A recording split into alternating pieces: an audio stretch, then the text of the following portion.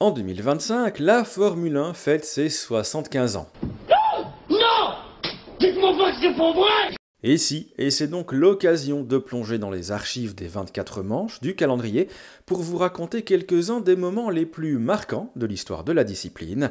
Victoire improbable, drame, duel légendaire, la F1 regorge d'histoires passionnantes, et ce sont ces histoires, justement, qu'on va vous raconter tout au long de cette saison 2025.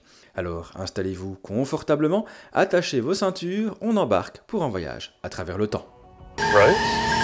We don't need roads where we're going, but we do need a racetrack.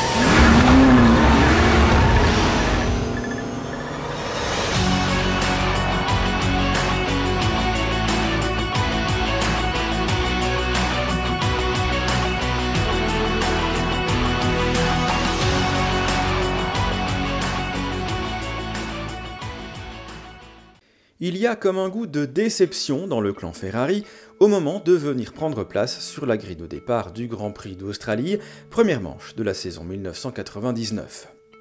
Relégué à plus d'une seconde des McLaren, Michael Schumacher doit se dire que la mission de ramener les titres mondiaux en Italie ne sera encore une fois pas simple face à l'armada germano-britannique.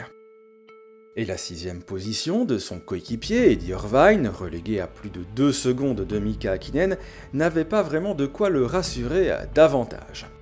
Depuis leur arrivée commune à Maranello en 1996, l'Irlandais fait bien pâle figure aux côtés du double champion du monde, 14 podiums, 0 victoire, pendant que Schumi lui éclaboussait ses adversaires à Barcelone pour sa première année en rouge et se maintenait jusqu'au bout dans la lutte pour les titres mondiaux en 97 et 98.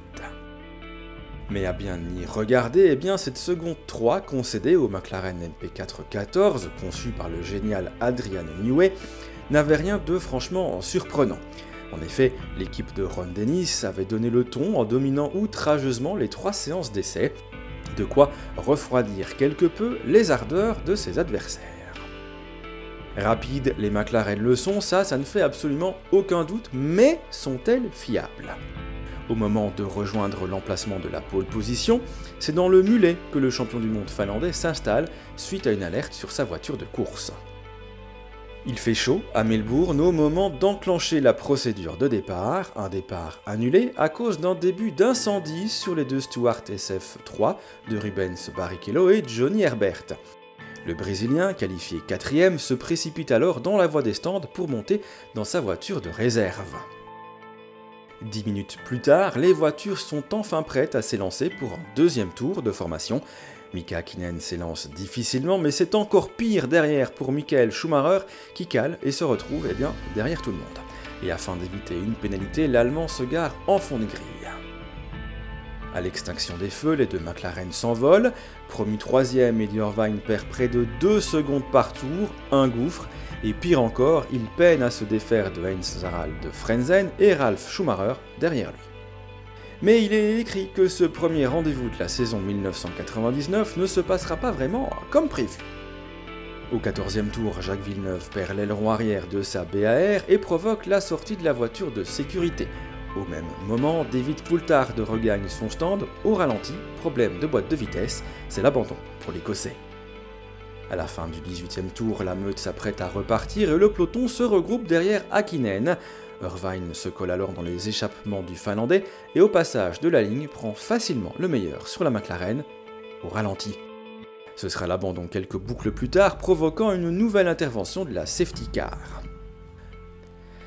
Irvine est alors en tête de l'épreuve, mais avec Michael Schumacher aux portes du top 3, il est attendu que l'Irlandais se voit plus ou moins rapidement brandir le panneau laissez-passer en faveur de son chef de file. Mais une crevaison, la 2e de suite après celle de Suzuka l'année précédente, va reléguer l'Allemand dans le fond du classement et laisser le champ libre à Eddie Irvine qui s'impose donc enfin après 81 Grands Prix. As Frentzen eases up on a cool, in-charge Eddie Irvine, particularly for the Very Irishman. cool, Eddie. It looks a touch too cool for my liking. He's down to the last corner. It's going to be mighty close. But Eddie Irvine in the Ferrari just wins the Australian Keep going, Eddie. The Grand line's Prix. there. That's it. Well done. Une victoire victoire qui redonne le sourire au clan italien qui ne s'était plus imposé lors de la manche inaugurale dans le championnat du monde depuis 1989. C'était avec Nigel Mansell lors du Grand Prix du Brésil. 8e à un tour, Michael Schumacher pouvait lui aussi se réjouir malgré tout. De 1, les McLaren n'étaient pas infaillibles, et si même son équipier était capable de gagner au volant de la F399, alors peut-être. Et voilà qui conclut cet épisode, merci d'avoir été à l'écoute, n'hésitez pas à vous abonner, à liker, à commenter, à partager, à en parler à vos amis, bref, vous connaissez la musique. Nous on se donne rendez-vous très vite pour de nouvelles aventures.